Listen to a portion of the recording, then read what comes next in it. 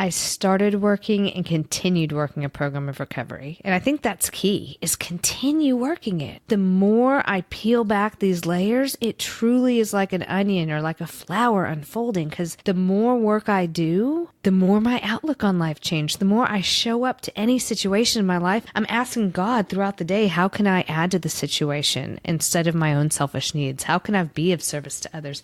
How can I be more kind and loving and more understanding and less judgmental? And that has only happened by finding this program of recovery, but keep working it.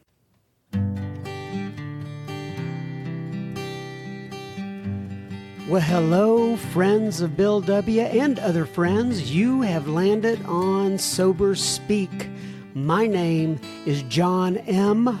I am an alcoholic, and we are glad you're all here, especially newcomers. Newcomers, that is, both to recovery as a whole and newcomers to this podcast. Sober Speak is a podcast about recovery centered around the 12 steps of Alcoholics Anonymous. My job here on Sober Speak is simple. My job is to provide a platform to the amazing stories of recovery all around us. Consider Sober Speak, if you will, your meeting between meetings. Please remember, we do not speak for AA or any 12-step community. We represent only ourselves. We are here to share our experience, strength, and hope with those who wish to come along for the ride. Take what you want and leave the rest at the curb for the trash man to pick up. Well, howdy, lords and ladies out there. That was the voice of Miss Dawn C. that you heard at the beginning of this episode, and more about Dawn C. in just a moment. But you know what? I just thought about something. I just said, howdy, lords and ladies. I think I put the lords and ladies in there for the folks that listen, that are across the pond in the United Kingdom. But howdy and lords and ladies really do not go together. So maybe I should say greetings, lords and ladies. That was the voice of Dawn C. that you heard at the beginning of this episode. But nonetheless, all right, let's talk about Dawn here a little bit before we get started. Dawn C. is coming right upon 10 years sober, and she is still on fire, as will be very apparent as you listen to the episode itself. So we're going to talk about several things. She talks about working with other alcoholics. She talks about steps 10 and 11 journals. We discuss meditation. And she also discusses putting recoveries first no matter what. I even throw out some questions to Ms. Dawn from the Facebook group, and apparently she is an ordained minister, and I had no idea. I know you're going to just soak up this entire episode. So, I've had a pretty good day so far.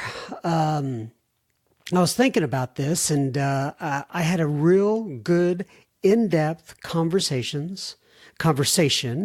with one of my friends, Steve G, today after an Alcoholics Anonymous meeting. It was so great to see him.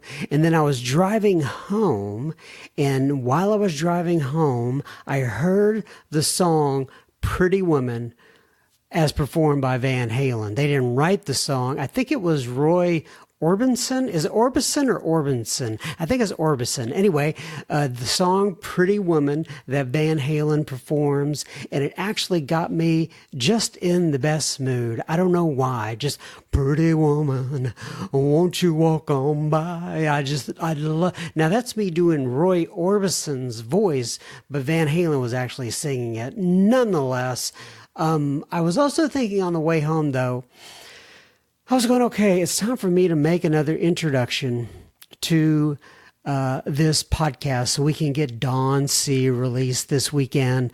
And I thought to myself again, I got nothing. Not I got nothing, but I got nothing, N-U-T-H-I-N apostrophe. So this happens every week. And I thought to myself, okay, just sit down, start talking, think a little bit about what you're going to say, and just let it roll here, John. And I can tell you that before I started this episode, I actually sat down at my mic here, and I have a bottle of essential oil. And I took a big old whiff of that essential oil. Now, this is much, much better than the things I used to whiff back in the day. In fact, my friend Gary Kay was here recently. Not Gary Kay. No, Gary Kay. Yes, Gary Kay. He was here, and he saw this bottle of essential oil that I keep on the desk, and he said it reminded him of a locker room. And I had not thought about locker room in the longest time. And if you don't know what locker room is, don't worry about it. It is best you don't know. But anyway, it does look like a bottle of locker room. So I can say this, I'm not going to have to change my sobriety date for taking a couple of sniffs of this essential oil before I get going on the podcast itself. But anyway, so I sit down, I do a little prayer, I sniff a little essential oil to kind of clear my mind a little bit, and I just let it rip. And, so when I was thinking about not having something to say, I thought to myself about that, there is a quote, and it's something like, perfection is the enemy of progress, or perfection is the enemy of getting things done.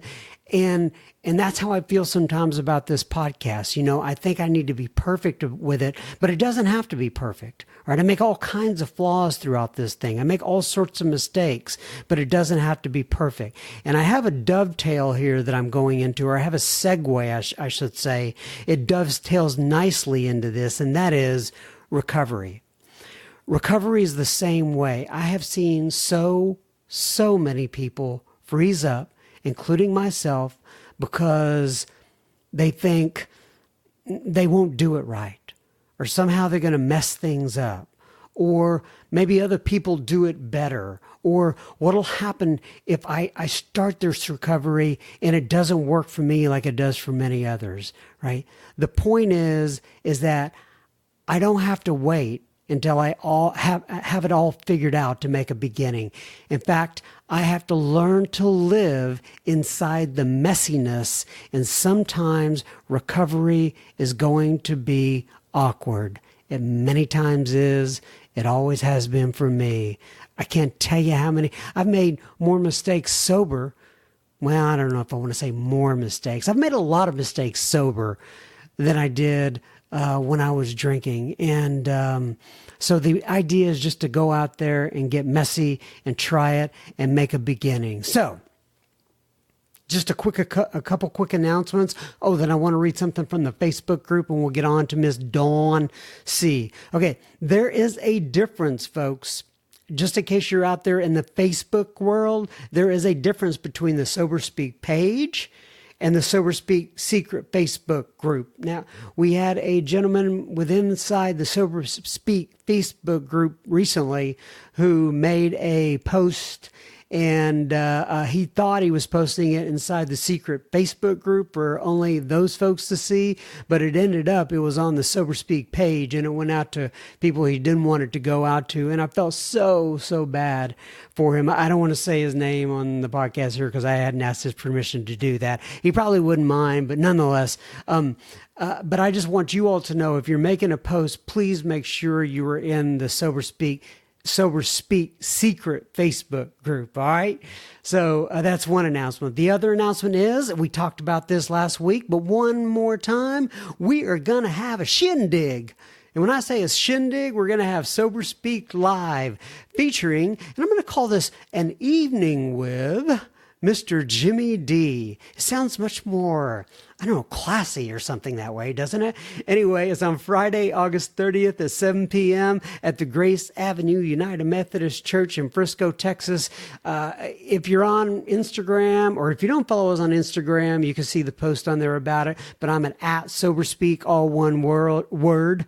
We'd love to have you follow us there. We're also posting it on Facebook, and I'll send out an email about it. If you're not on the email list, and or you want to be in the secret Facebook group, send me an email to John, John, at soberspeak.com. I would love to hear from you. And speaking of the Facebook group, Julie was in the Facebook group this week, and I slip every once in a while because Mr. Dave in the group one day said, "Hey, I'm part of the super secret Facebook group," just kind of tongue in cheek. And so now I don't know why, but I slip up a lot. As opposed to calling it the secret Facebook group, I call it the super secret Facebook group.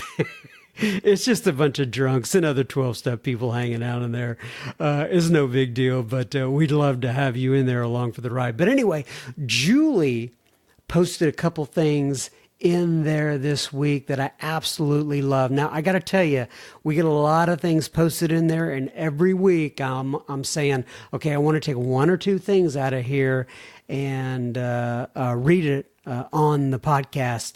And so this is what I'm doing this week. But I got to tell you, it is tough to sift through as much good stuff that is in there and pick out one or two of these. But Julie posted in here, she wrote, alcohol may temporarily numb the pain, but it will ultimately make things much, much worse. Sobriety may temporarily be uncomfortable, but it will ultimately make things much, much better. And I love that. And she also posted this. This too shall pass. When things are bad, remember, it won't always be this way. Take one day at a time.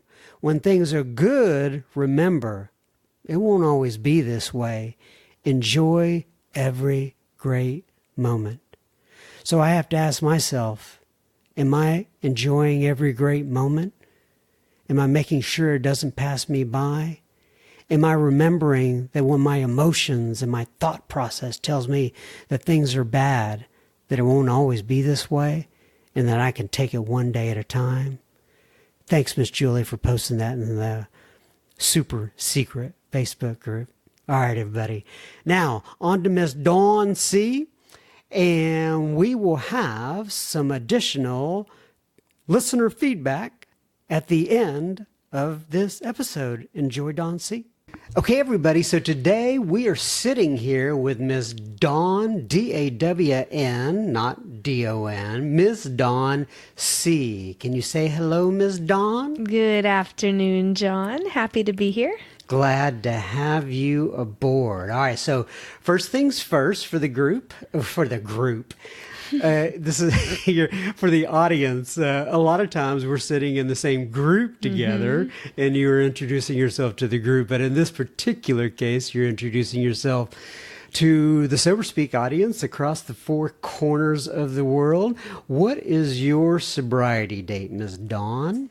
Because of God and Alcoholics Anonymous, I've been sober since July 20th, 2009.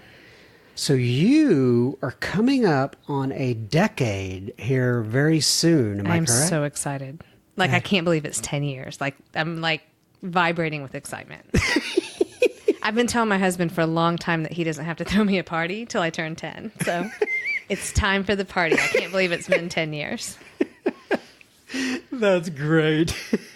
And that's for this. See, just your spirit and what you said there at the beginning of this is the main reason I wanted you back on Sober Speak, is because of your genuine, absolutely genuine enthusiasm for the program of Alcoholics Anonymous. It just oozes out of you, Miss Dawn, and I think that's a wonderful quality to have. Dawn, this is Dawn's second round on the podcast, and the first podcast that she did here, the first episode that she did was episode number 13. Did I say that? Number 15? 15. Episode number 15, and it is called Dawn C. Psycho Girlfriend Turns AA Fanatic. So I don't want to go back through your entire story again, and I'm going to tell people what we're doing here with this episode in just a moment. But just first of all, the title of that. Can you kind of give people a thumbnail sketch of why we entitled that Psycho Girlfriend Turns AA Fanatic? Let's just say that it results a combination of my insecurity, my extreme desire to have everything the way I wanted it, and combine that with a lot of alcohol infusion, caused me to be a little bit of a crazy girlfriend and wife to my first husband. And there were a lot of circumstances which were crazy and rather psycho on my behalf. And I can see it clearly now, since I'm living such a vastly different way of life and in relationship with my husband. So, and I think that a lot of people are going to be able to relate to that psycho girlfriend living one way of life. And I don't want to do the entire story again, but you definitely, I've heard you say in a meeting before something about, and this was not really about the guys, but it was the fact that you would go into the bathroom with another girl from work that you were working with, and you would have incidents where you kind of broke down. It happened a lot, unfortunately, in business. I had a lot of corporate happy hours and corporate dinners, and somehow by the end of the night, many glasses of wine in, everything would just come raw and open, and I would end up in the restroom with some girl I knew from either a client or a coworker or a vendor, bawling, saying, "But why don't you like me?" And they're like, "What are you talking about?" And I'm like, no, tell me. I can tell. I know you don't like me because of the way you looked at me in the hallway, or because of the way you didn't sit next to me just now in the bar, or whatever. And just my huge amount of insecurity combined with the vast amount of alcohol would always come out with me making a complete jerk of myself. That's fine. You could use cuss words if you want. I know, I wasn't sure. Complete ass of myself, yeah, on a regular basis, because I didn't know how to interact with other women until I got sober, like at all. They were all either better than me or not as good as me, and the ones I perceived as better than me, I wanted to figure out how to fix it, and so I'd get drunk and make an ass of myself. All right, so what we wanted to do today, or what I asked Dawn to do today, is to come over here to record an episode. And I wanted to kind of explore a little bit, as most of you will know who are listening to this, unless you're brand new. And by the way, if you are brand new, we're glad you're here. I usually will take an individual and kind of dive deeper into their story, much like you would see at a speaker meeting or an open meeting or whatever they call our lead in Alcoholics Anonymous. But in this particular case, I had seen Dawn chairing a meeting, and how we do it down here in Texas, every place is a little bit different, is that somebody, in this case it was Dawn, will sign up to chair a meeting for like the 4 Tuesdays of the month. And I had seen Dawn chairing a meeting for 4 Tuesdays, and every time that she came up with a topic, it was absolutely wonderful. She put passion behind it. She gave a lot of thought to it. It really instigated a lot of a conversation within the group. And I thought, well, why don't we have Dawn come in and just do an episode that addresses various topics, if you will, within Alcoholics Anonymous and Alcoholics Anonymous meetings. And thus, she is sitting here today. So the first topic that I wanted to go across with Dawn, did I say go across? That I wanted to bring up with Dawn is going to be the topic of complacency and being, I guess, what you would call all in. And there's a big thing going around our group right now. In fact, I hear Dawn say it on a consistent basis, and I like it. It says, why don't you come all the way in and sit all the way down? So just in general, Dawn, on that topic of complacency within Alcoholics Anonymous, can you share your thoughts? You bet. So there's complacency, and there's also something kind of similar that people talk about in doing two-steppings, where you go through the steps and you've gotten sober, but you're just going to meetings and working with others. Or in general, being complacent with your program. Because once we get sober, our lives get so much better. Like so much better. Our finances straighten out, our relationships straighten out, our legal problems straighten out, our jobs straighten out. Everything gets so much better that it's hard to justify why we want to continue to go to meetings every day. And why do we want to spend all this time being of service and helping others and doing all this stuff when we have all this great life stuff going on now, right? And so it's easy for a lot of people to put the program on the second burner and not keep it forefront in our lives, and become complacent and not go to meetings very often and not take the time to work with others and not be involved in service. And so to me, all in is when in our recovery stays first no matter what. Whether I've been here 30 days and my ass is on fire, or I've been here 9 years and 11 months and my life is fantastic. So all in to me is always going to a meeting at least every other day, just because I have made sobriety a way of life. It's not whether or not I feel like I need a meeting. I schedule it on my week every week, just like I do my appointments that I have to do for work. It's always a part of my schedule. It's always being active in the steps, because working the steps is where I get to see truths about myself, where I'm really looking at what my motives are in every situation and where am I being dishonest with myself about things. It's always talking to other people in the program. I don't think in the past 9.5 years, I've ever gone a day without talking to at least 3 people that are in the program and sober. And that connection helps me so much, whether it's me thinking I'm talking to them to help them or them helping me. It always all ends up being helpful, right, in my recovery. All in is also always having a service commitment to my group. And it can be whatever feels good. I've learned that it's a lot of people say in AA that we don't say no. And my view on that has come to change lately, that it's okay to do the things in service that feel good. I enjoy greeting and giving people hugs and welcoming them. I don't enjoy making coffee. I don't enjoy sharing my story from the podium, but I love chairing meetings, right? So I have come to believe that we don't necessarily have to do every single thing that's asked if we're active in our program, but we can find the things that bring us joy, right? And do those things, but always be of service to Alcoholics Anonymous, because it changed my life. Everybody can find something that they're drawn to if they look hard enough. And you're right. You know, those GSR meetings and stuff like that, man.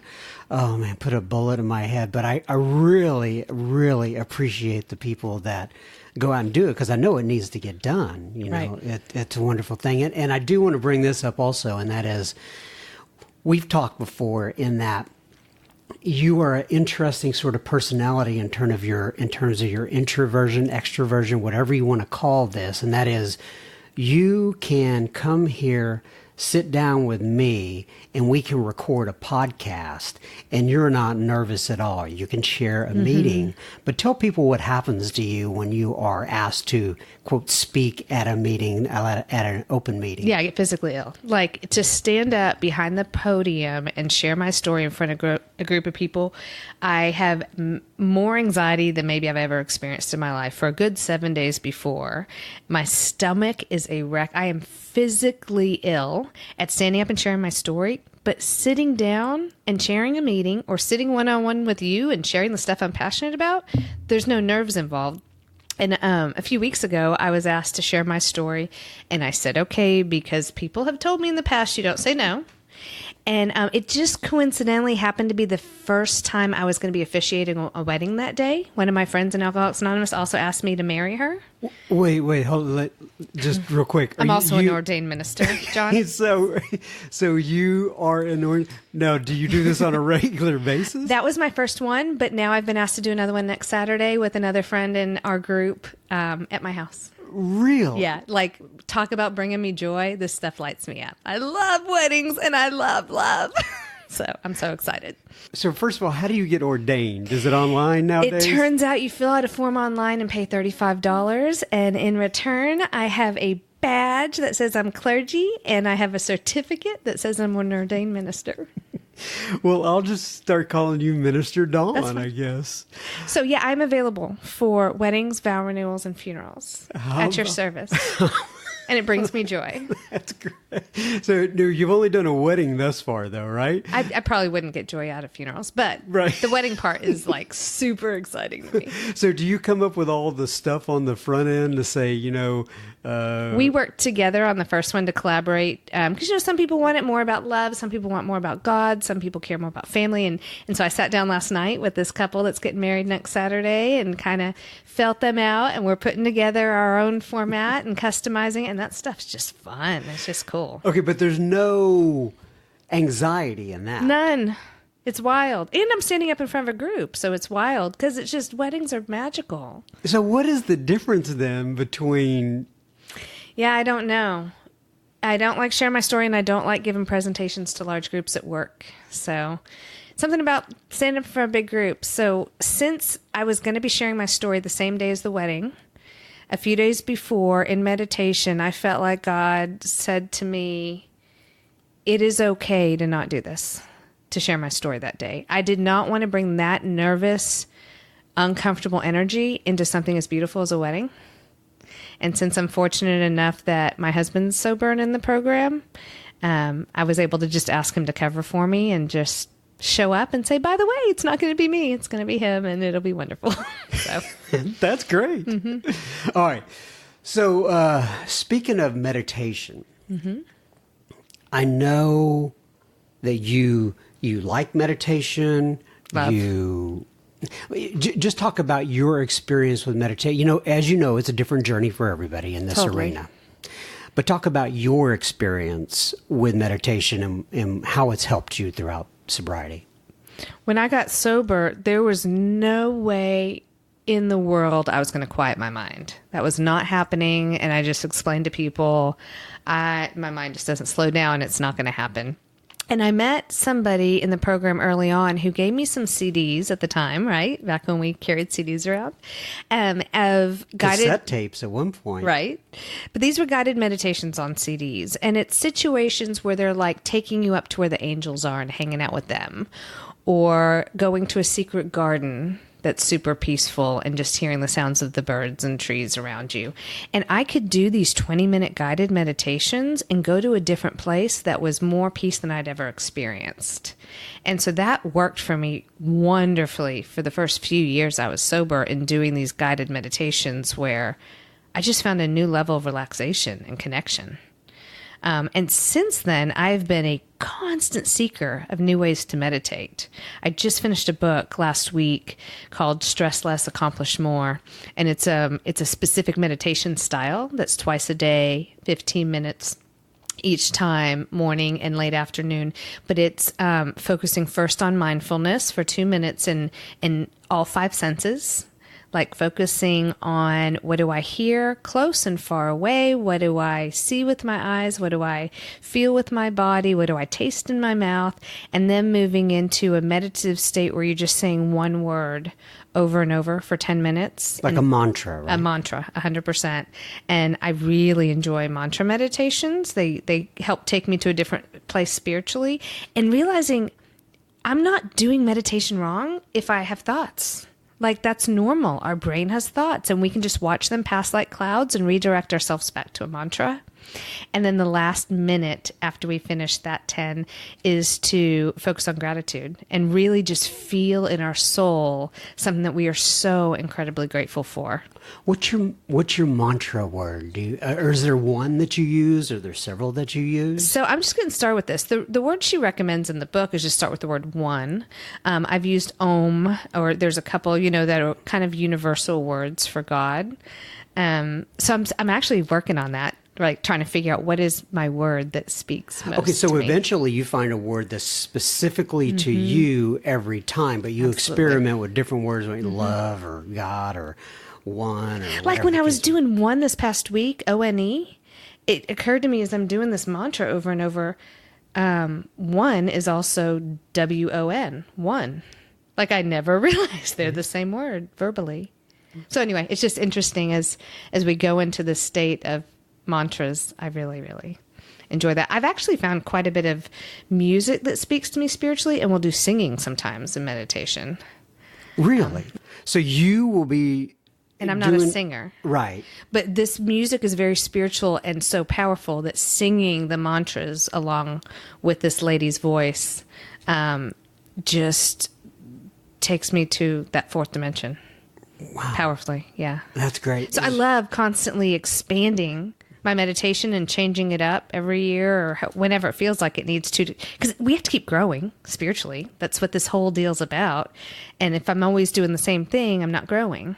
I think the point behind this would be, and this is what I hope the listeners will get out of this, and that is to seek and to try and to look at different ways. And, and it may not be what Dawn finds in terms of, the one or the various different types of ways that she tries, but there is a way for everybody. If you just look and you just seek and you try, I now have been doing meditation for, I'd say over the last year or so, maybe year and a half, I have probably missed 1 day, 2 days at the most of doing meditation every day. And I've been sober for quite some time, so that didn't start until just recently. And I usually do 30, 45 minutes every day, and I'm like going, wow, why did I not do this sooner? It's like when I had kids, I was like, wow, why didn't I do this sooner? This is great. But you know what's cool about that? Like, I know some people who are very tied in with specific religions, and they've been able to find meditations like on YouTube where it's singing the St. Francis prayer or different prayers that are aligned with their religion. So whatever speaks to us, we can find it. And with the tools we have with the Insight Timer app or with YouTube, there's just so many resources that we can find anything that speaks to our soul. And that's what works, whatever speaks to your soul. That's right. Okay, so we have some Facebook questions in our secret Facebook group. I think you're part of that. Is that right? Mm-hmm. Okay. Yeah. If you want to look for Dawn C in there, you'll see her. So in our Facebook group, we have some questions that have come up that I have put out there before. I said, hey, if you have anything that you want me to ask the guests, please let me know. Jonathan wrote in and he said, what brings you joy in the program and in life? So, so much of my behavior before I got sober stirs up a lot of shame. I was 4 months into my first marriage when I started having an affair, and I lost custody of my kids as a very young adult. And there's so many decisions I made that are super shameful and make me feel terrible about myself. And so really one of the my thing that brings me the most joy in this program is I can see tangibly how my experience can help others. Like I can share with a newcomer, I've been exactly where you're at.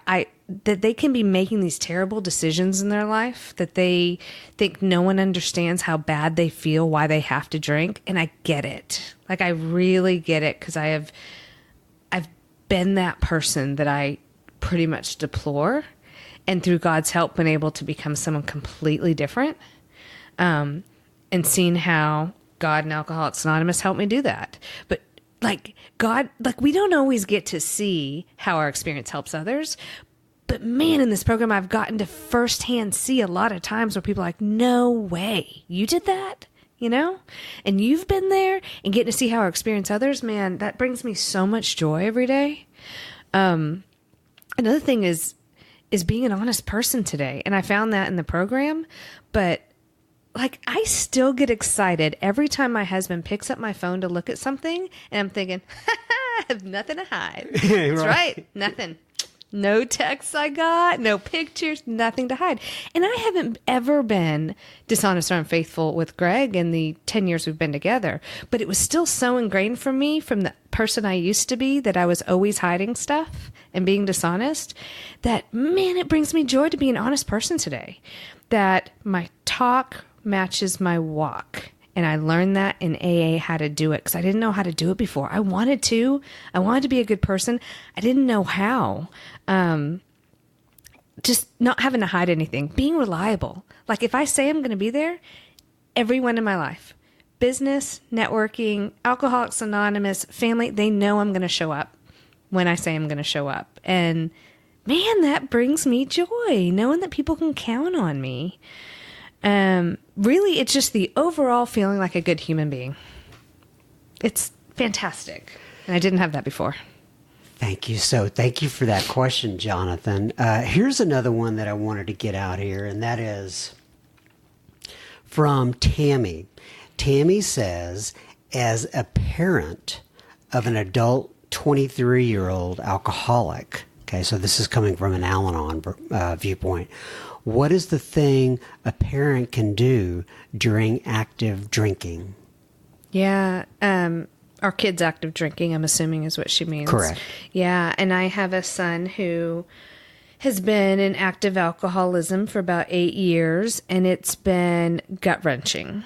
And I think the best thing we can do is dig into our own programs. I really do. My passion for AA tripled a few years ago when my son was really struggling, because I realized in my core I can't help him. For a while I really thought I have the experience. I found sobriety.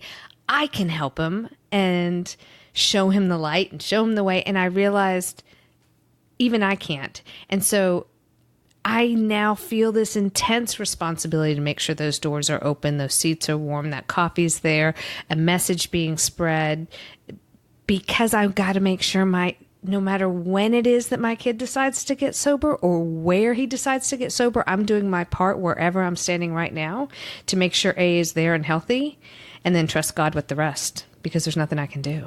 And I have started doing Al-Anon just in this past year. I've decided to add an Al-Anon program to mine. So I have found a sponsor that does AA and Al-Anon, and I'm working the Al-Anon steps with her as well. And that's been helpful in a different way. Okay, so we will be continuing our conversation with Dawn C. in just a moment. Just a reminder, you are listening to Sober Speak. You can find us on the web at soberspeak.com. There you will find approximately 85 or so other episodes you can listen to. You can also find the donate button on our website, which you can use if and only if the Spirit moves you to do such. Please keep in mind this is a podcast funded by you, the listener. Sober Speak is a self-supporting organization through our own contributions. We are not allied with any sect, denomination, politics, organization, or institution. We do not wish to engage in any controversy, neither endorse nor oppose any causes. All right, now back to Miss Dawn C. All right, so another subject that I wanted to bring up with you is that line in the book. It says working with others in the chapter, called Working with Others. And I believe it says, I may not have this exact, nothing so much ensures immunity from drinking as intensive work with other alcoholics. And I know that you believe in that. I know that you practice it. Can you share your thought process on that? Yeah, this has been a rocking part of my recovery. I started sponsoring other women when I had been sober about 5 months. And there are so many times in my first year that I desperately wanted and needed to drink, and working with others is what changed it, because I had a commitment to meet with somebody, or I'm talking to someone and I hear myself saying to them what God needs me to hear.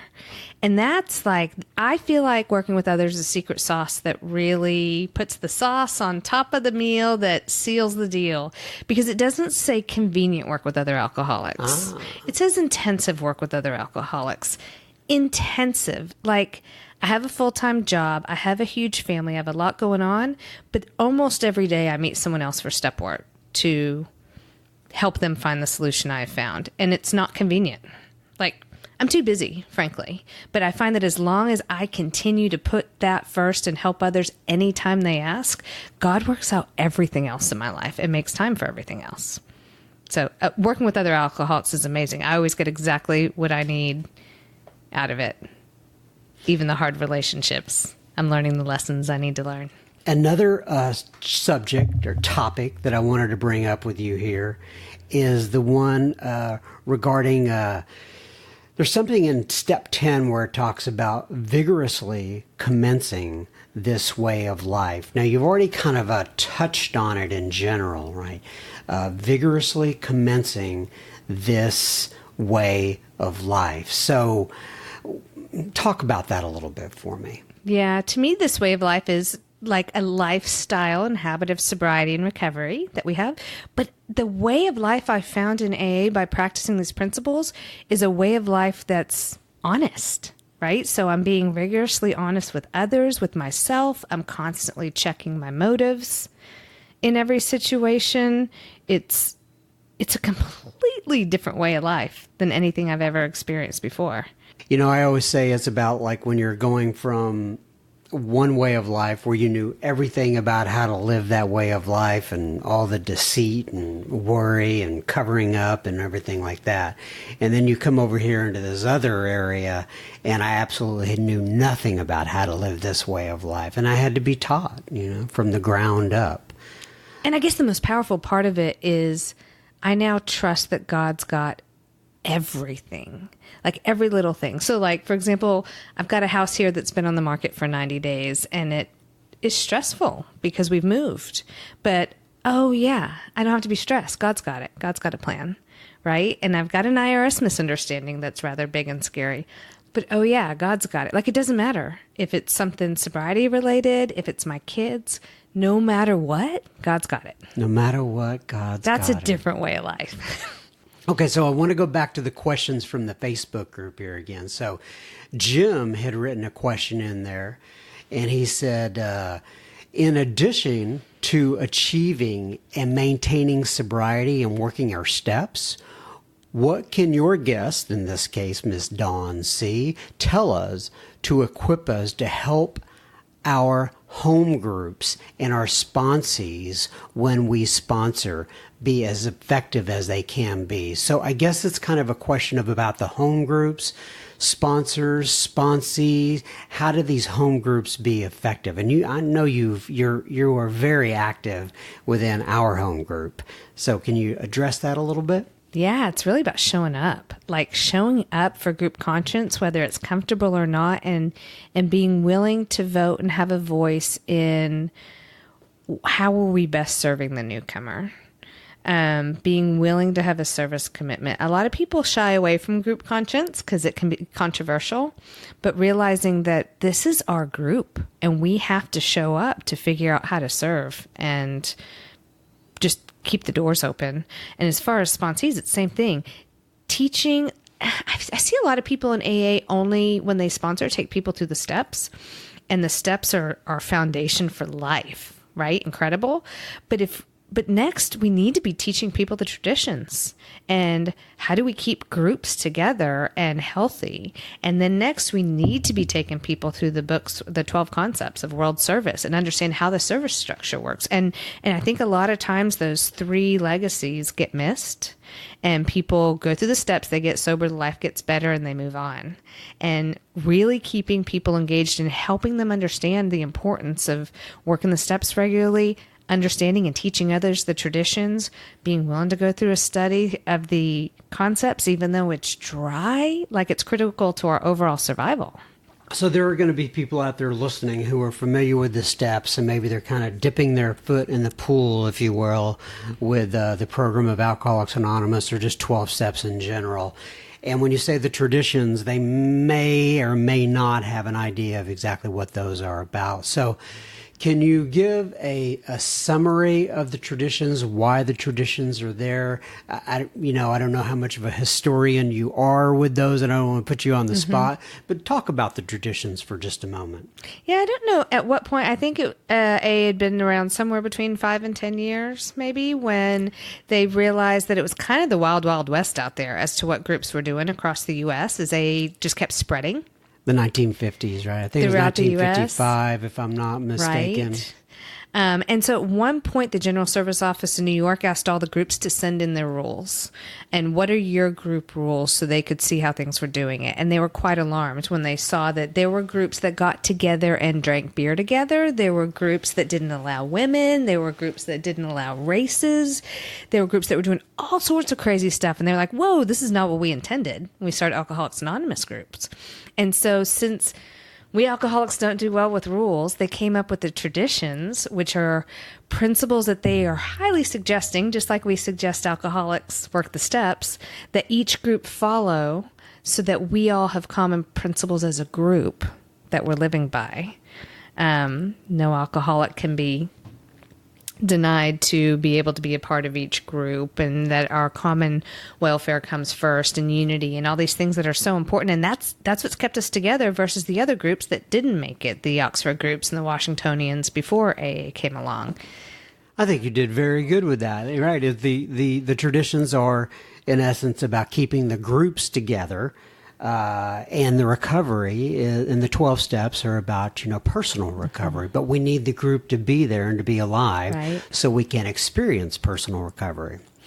All right. So there is another subject that I believe I heard you bringing up during one of those meetings where I said, hey, let's do a topic meeting. And I'm pretty sure it was the great reality deep down within us, which is a line from the book. I can't remember exactly where it is. Do you know where that line is? Yeah, on page 55, when it's talking about finding faith and we agnostics. So we finally found that God was as much a fact as we were, and we found the great reality. And they capitalized the words great and the words reality, and I love how they do that in the big book, where they capitalize any word that you can use for God, if that's more comfortable to you, based on any historical prejudices we may have. But we found the great reality deep down within this. In the last analysis, it's only there he can be found. And so the way I was raised, God was way up in the sky and far away and judging, and I couldn't ever do it right. And it's in AA that I learned that God's deep down inside me. God is my intuition. When I had that feeling that something's off, or I don't know how to handle a situation, or I actually do, and I don't know if I should listen to it, that's God inside me. But God's not just inside me. He's all around me. So God is in the birds and the trees and the sky and the wind, and God is outside everywhere, and it's inside me, and he's inside you. And so I can hear him through you when I listen to you speak, and I can feel him inside when I meditate and get quiet. And that great reality is deep down within. And I found that here. Just so awesome. Isn't that beautiful? Okay, so I want to address this a little bit, because you have referenced it already, and that is, you experienced relationships as a psycho girlfriend, and now you have been with your husband, Greg, for 10 years. How many of those years have you been married? 8. 8. So you've been married to your husband, Greg, who is in the program. By the way, that's another episode if you want to go to Greg C., the Gratitude Man. I'm not looking at the episode number right now, but he's the only Greg C. Gratitude Man on there. So you all have been married in sobriety for 8 years. And there are a lot of people, and I was one of these, by the way, who thought to myself, I'm going to get it. I'm having a good ride here in Alcoholics Anonymous, but maybe I am just one of these people who is broken. I can't have a relationship with another human being. Looks like maybe I'm just going to be single for the rest of my life, and I am going to do my best in AA, and this is my lot in life. This must be who God called me to be, which by the way, there's nothing wrong with that at all. But then I found my wife, and my wife is also in Alcoholics Anonymous, as you know. You see it both ways. You see people who find folks in AA and they have a great run of it, and you see other people who find people in AA and they don't have such a great run of it, and that's okay too. So there's no magic pill here, but talk about marriage in sobriety, what your thought process was going into it this time, and just give some of your thoughts around that. There is no doubt in my mind that God put Greg in my life. Because of the way it all happened, it was just a really weird circumstance. I had to rent a house sight unseen because of this crazy time frame of what had happened. And I move into this house, and I'm next door to him and meet him moving in next door. And instantly our kids were inseparable. It was so obvious with the string of odd circumstances that God put him in my life. I love how I was talking to a friend about this the other day. My first sex ideal that I did, my first few months in the program. And so for people who may not know exactly what you're talking about there, go ahead and explain to them what you mean by sex ideal. Yeah, when we go through and after we do our 4-step and do step 5, then we put together an ideal, whether we're single or married or in a relationship, it doesn't matter, of everything I want in a relationship. And it's what I want in him, but it's also who do I want to be? And then we have something to take to God to say, okay, this is what I'm looking for. This is my ideal relationship. And a lot of it was the type of woman I wanted to be. But then a lot of it was what I want in a guy, right? And this is why I love hear Dawn talking about the program, is because what she's talking about here, folks, just in case you're not there, is she does the work. This is all right out of the big book, and she's doing the work. She's doing what it says to do in the big book. She's taking the direction. She's writing it down. She's looking at it. She's processing it. She's thinking about it. She's doing the work. All right. So you had written down your sex ideal. Yeah. So it was about 18 months later that Greg plops next door to me into my life, and we start dating, and it was a rocky first year. It was a rough time with my kids and different stuff going on. And we decided about a year later to get engaged. And I came back across my sex ideal and went over it. And like, I now have in a relationship everything I was ever looking for and a whole lot more. I mean, I would have totally shorted myself if I just stuck with that list, but have found just incredible amounts of trust and affection and partnership. Right? I love being married to someone in an AA. We've been really lucky, and not everyone's like this. We've been really lucky that we've always stayed out of each other's programs. I'm super intentional about how many meetings I go to every week, and I am with my sponsees and with my sponsor, but I couldn't tell you how many he goes to. Like, I stay out of it and vice versa. We just started meditating together every day in, I think it was September, October. That was not part of our story. We each did our own things, but we started meditating every day, and we started doing inventory together every day and sharing those with one another. And it has skyrocketed things. Really? So talk to me about that, doing an inventory together and sharing. Well, we each do our written inventory from our day, and then we share what we wrote, like what stirred me up, what pissed me off. You know, occasionally it's about him. It's usually not. But how am I feeling about that stuff? And what am I asking for God's help with? And like, I know on a daily basis what his workday looks like, what he goes through, but hearing like the things that bothered him and how he feels about it, that stuff we don't typically share. Right? A lot of people don't even write it down, but writing it down and sharing it with someone has been really, really cool. Really, really cool. So do you use a particular format, or are you working right out of the book in terms of whatever you're using to take those inventories? It's exactly the questions out of the book. I've created my own journal that I print up that asks the questions out of the book that we answer. I incorporated part of the 12 and 12 into it, where it's actually like a ledger board, because you know, we don't want to get into morbid reflection and only focus on where was I selfish, self-seeking, acting in fear, dishonest, but I want to also look at what I did right. So on one side, I write the positive, which is every time I talk to another alcoholic, did I go to a meeting?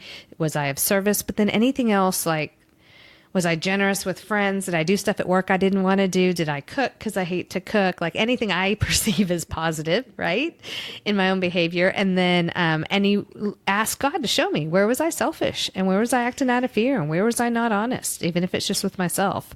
And answering the questions that they have laid out. And so I've made this into a journal, and I used to make them for sponsees, and then they wanted them for their sponsees. And now I have about 40 people at the group we go to that constantly come to me asking for journals. Really? So it's really neat. Okay. So now I think I have heard something about this. Do you distribute these things to various people somehow if they want them? Yeah, I used to just be running to Staples all the time and paying for them all myself. And so I'm almost done now with a website. Sober Buzz is the company name, where I'll have where people can order inventory journals. And so it has instructions for our nightly inventory, and then it also has instructions for our morning. So it's, you know, once we do our meditation, it has a big spot for a gratitude list, because that's been integral to me in my sobriety, is focusing on gratitude. And then it has the questions we ask, where what are my plans for the day? Do I have any self-seeking motives and stuff like that? Okay, so I want people to know, just because of I kind of try to honor the traditions here on the Sober Speak.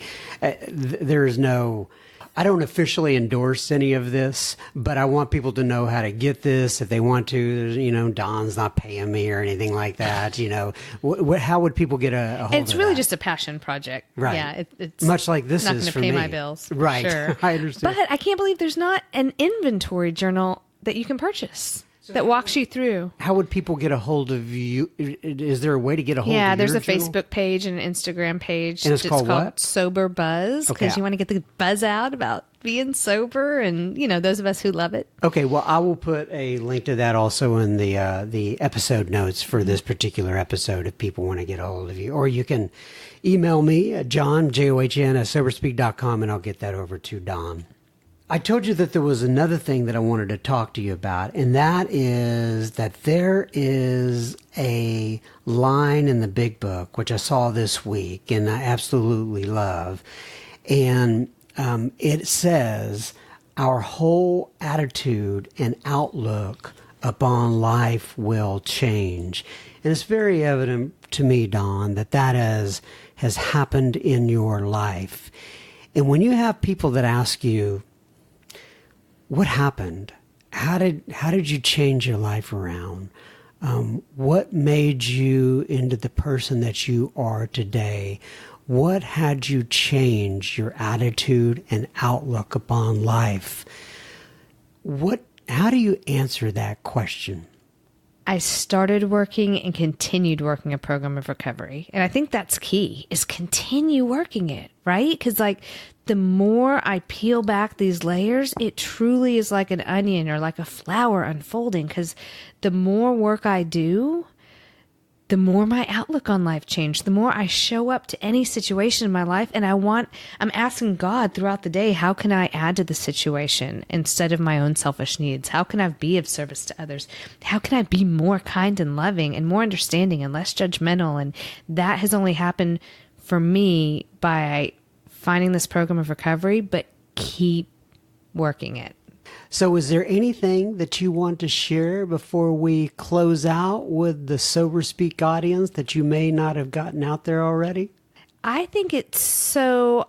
I remember when you decided to start this podcast, you were at a clubhouse in the neighborhood I live in. That's correct. The Christmas before you were there last. that night. Yeah. And in fact, I remember you were talking to Greg on the phone, and you were sitting out by the fireplace because Greg was at a seminar. I won't say exactly where he was attending a seminar place where he was helping with those seminars. Mm-hmm. And but anyway, I remember you being there. But yeah, so when you started, I thought that was cool.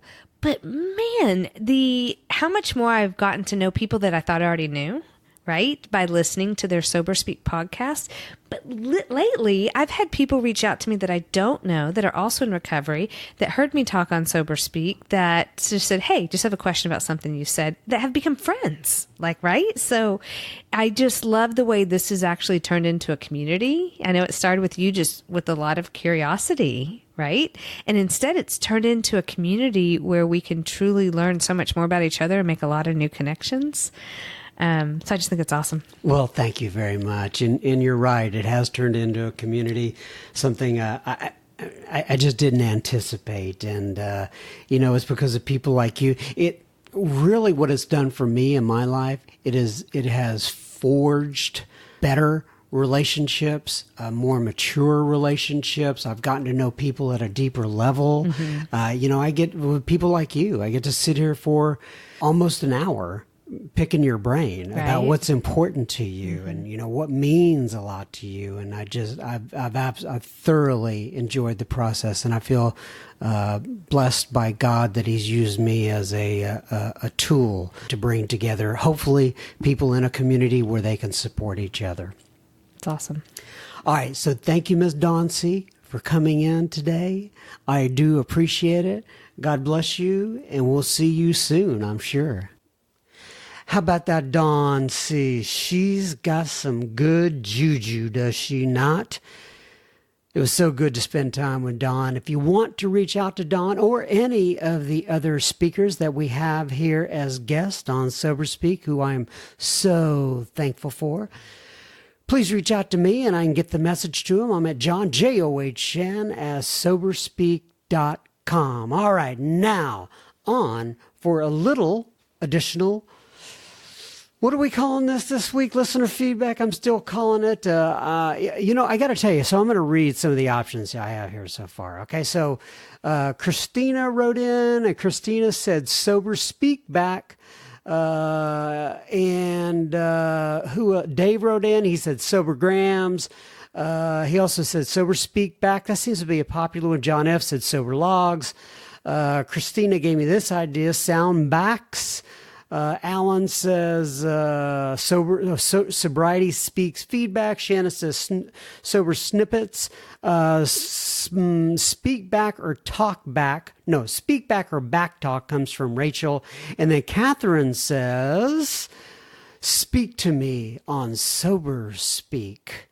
So I got to tell you, and you guys don't have to send any more suggestions. I'm so sorry I got people's show wrapped up with this. In fact, I didn't even mean to do that right then. That just kind of came off the cuff, and I had it all here in front of me, but because I wanted to keep it organized. But really, I wanted to give you what we're still calling listener feedback for this week, and who knows, we may change it. Nonetheless, I may stay with listener feedback.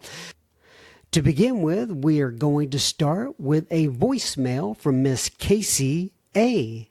Hey, John M. and Sober Speak. This is Casey A. How is everybody? I'm so glad to be a part of this group.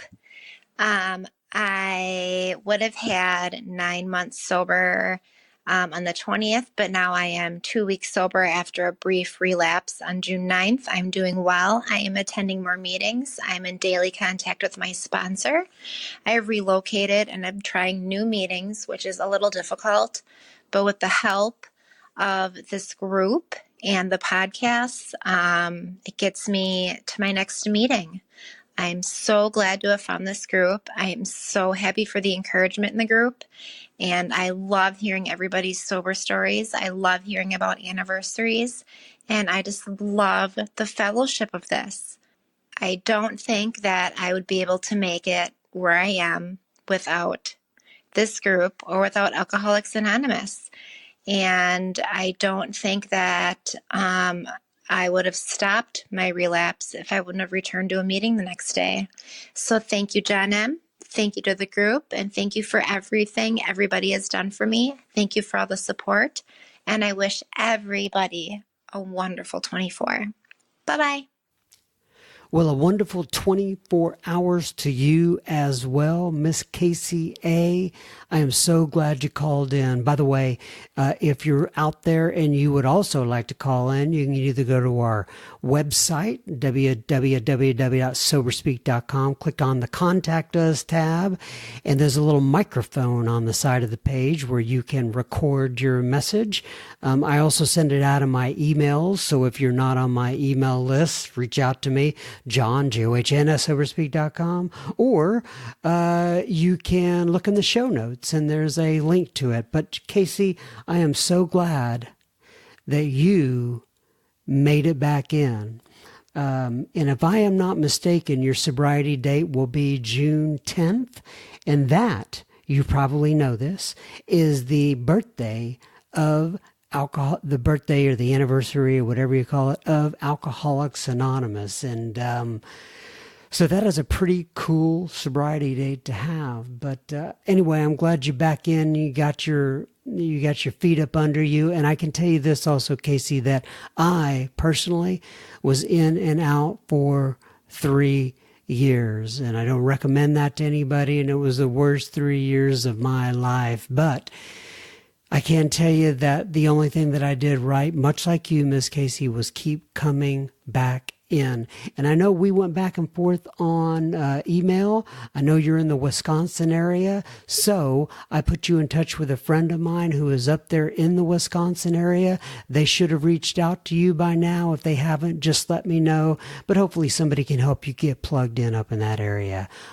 All right, Rachel writes in, and she says, Hi, John. I live in Las Vegas, Nevada, and my sobriety date is May 23rd, 2017. I turned 45 very soon, so it took me a long time to find recovery, but what a blessing it is to have finally found it.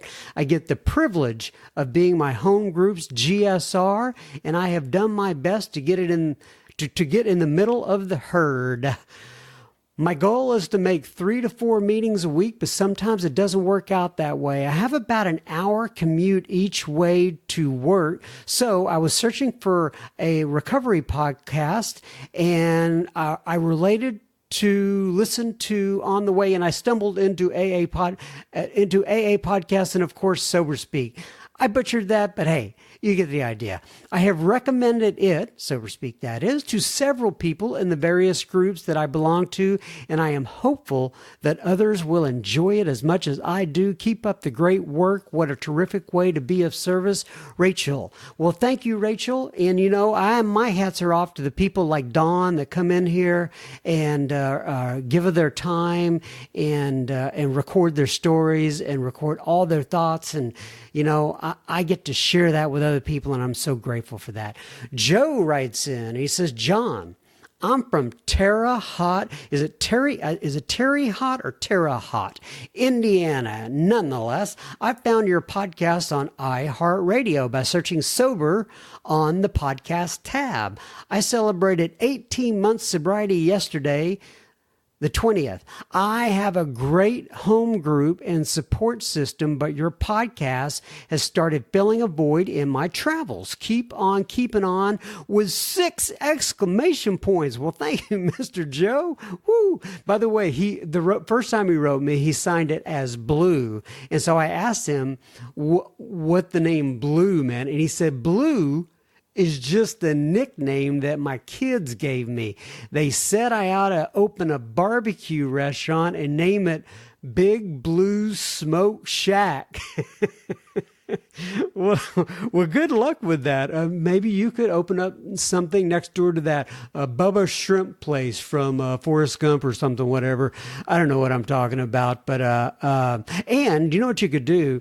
You could open up your barbecue place and just pipe in Sober Speak audio the whole time.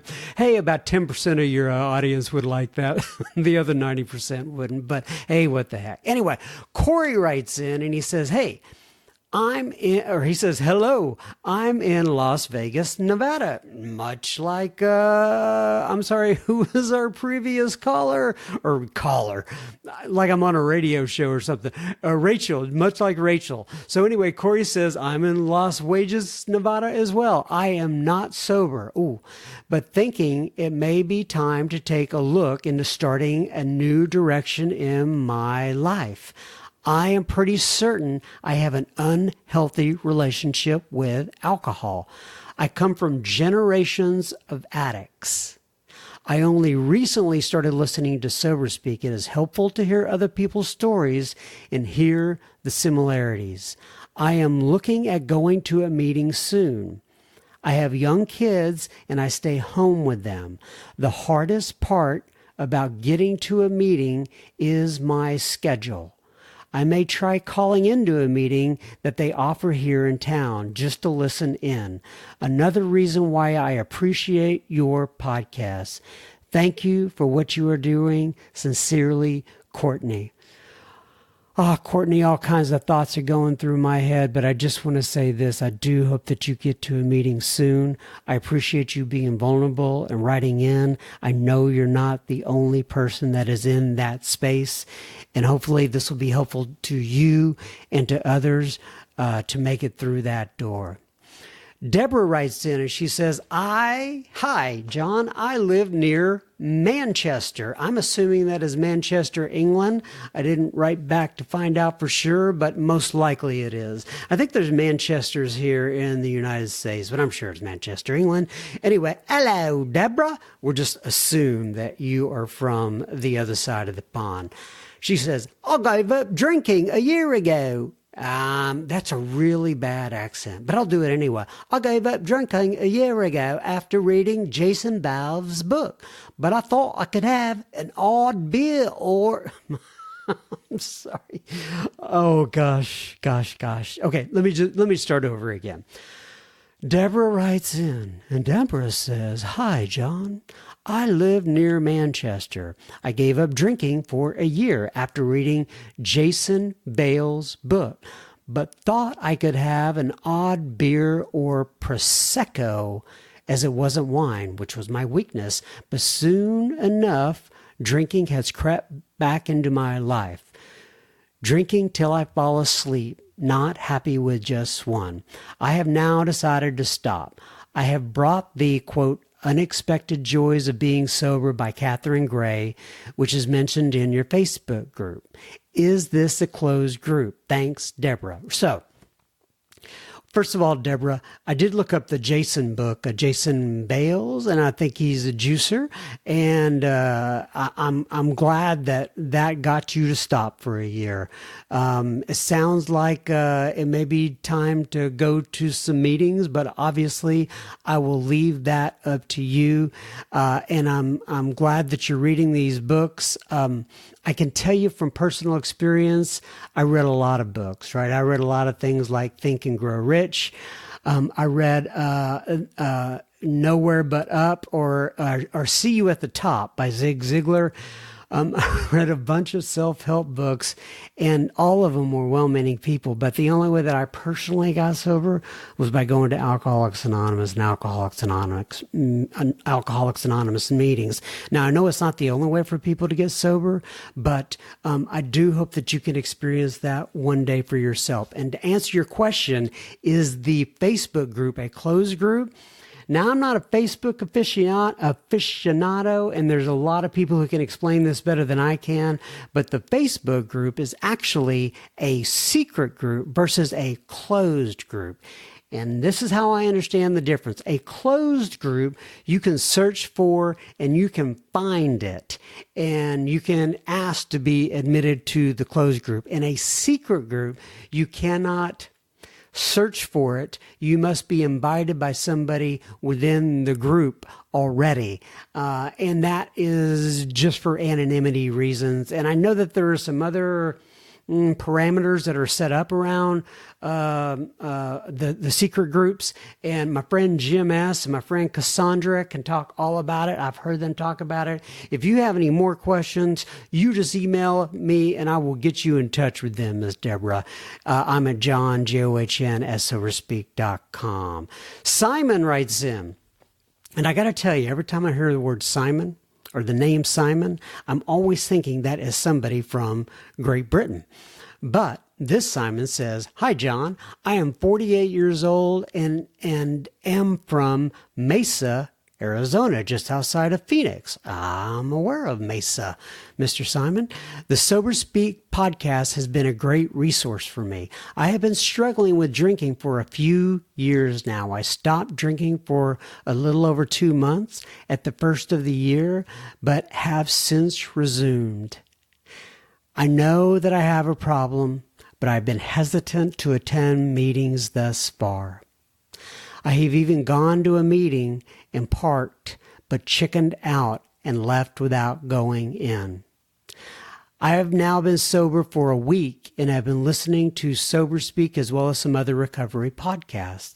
Thus far, I have not had any major consequences. However, I know drinking is harming my family life and causing me severe anxiety. I need to make a change. I hope that soon I will have the confidence to attend a meeting.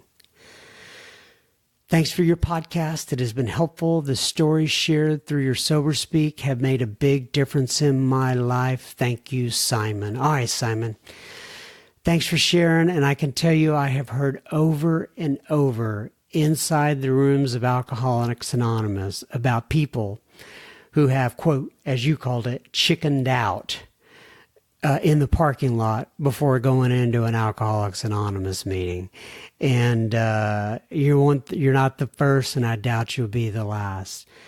I pray, Simon, that you will have the willingness. I pray for all the people listening that want to make it into that room, that they will have the willingness to walk through those doors. You know, as we say in Alcoholics Anonymous, or really any of the 12-step recovery programs, if you don't like what we have, we'll gladly refund your misery. Just give us 90 days or so. Just see what it's like. Nobody's going to hold you there hostage. It's not a cult. You can leave anytime you want on your own free accord. But you will hear lots of experience, strength, and hope in there of what has happened for the people that are inside those rooms. Anyway, that's it for this week, folks. God bless you. Keep coming back. And when I say keep coming back, I mean keep coming back into the particular rooms of recovery that you are in. And I've always told people, if you have the ability between supporting me or supporting your local groups, please support your local groups. That's where the real recovery is happening. Love you. Have a good week. I'll probably be back next week. I always say 1 week at a time. Adios.